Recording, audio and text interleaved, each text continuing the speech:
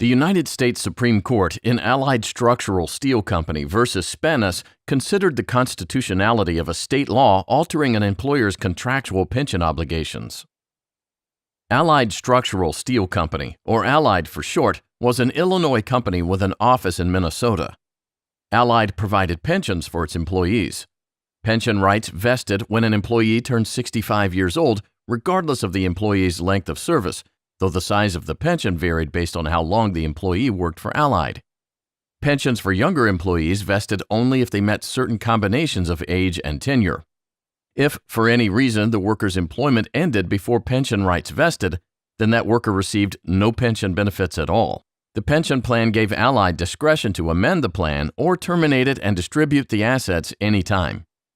In 1974, Minnesota enacted the Private Pension Benefits Protection Act. The act assessed a charge on employers who terminated private pension plans or closed a Minnesota office. The law applied to employers with 100 employees or more if at least one employee was a Minnesota resident.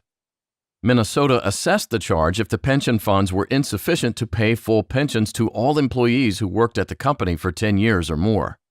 Further, any employee who'd worked 10 years on the date of the law's enactment was instantly entitled to full pension benefits. A few months after the enactment, Allied began closing its Minnesota office and releasing employees. Allied had funded its pension plan adequately to meet its contractual obligations to employees. However, Allied's contributions wouldn't cover the additional employees protected under Minnesota's act. At least 9 employees who were discharged when the Minnesota office closed didn't have any vested benefits under Allied's pension plan, but did qualify for benefits under the Minnesota Act. As a result, Minnesota assessed Allied a pension funding charge of $185,000. Allied sued Warren Spanus, the Minnesota Attorney General, in federal district court to challenge the Minnesota Act. A 3-judge panel upheld the Minnesota law's constitutionality. Allied appealed directly to the United States Supreme Court, which had jurisdiction over appeals from any order issued by a 3-judge district court panel. At issue was whether Minnesota's law regulating pensions violated the Constitution's Contracts Clause.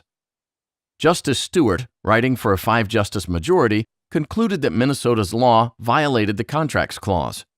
The clause prohibits states from passing laws that impair existing contractual obligations. First, the majority analyzed whether the state law had substantially impaired a contractual relationship. Laws that only minimally impaired contractual relationships weren't subject to further scrutiny and generally passed constitutional muster. But a law that severely impaired a contractual relationship would prompt careful examination of the law's nature and purpose. Here, the Minnesota pension law severely impacted Allied's contractual obligations. The law substantially and retroactively modified a basic term of the pension contract. With no notice, Minnesota declared that several additional employees had vested pension rights. Allied's carefully negotiated and calculated pension contributions were instantly rendered inadequate. Therefore, the court needed to conduct further careful examination of the law's nature and purpose. There was no evidence that Minnesota's severe disruption of Allied's contractual expectations was necessary to meet any important general social problem. The pension law protected only a narrow class of people. The law applied only to employers who'd established private pension plans, had 100 or more employees, at least one of whom was a Minnesota resident, and intended to terminate the plan or close a Minnesota office. Due to the law's narrow scope, it didn't protect a broad social interest, and its interference with established pension agreements was beyond what the Contract Clause allowed. The court concluded that the Minnesota Act violated the Contracts Clause and reversed the district court's judgment. Justice Brennan dissented. In Brennan's view, the Contracts Clause applied only to state laws reducing or negating contractual obligations, not to state laws that expanded contractual obligations. Instead, Brennan focused on the 14th Amendment's Due Process Clause.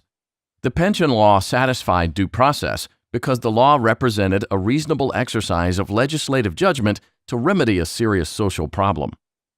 Allied Structural Steel was the first case since the 1930s to invalidate a state law based on the Contracts Clause. However, the clause's comeback was short-lived.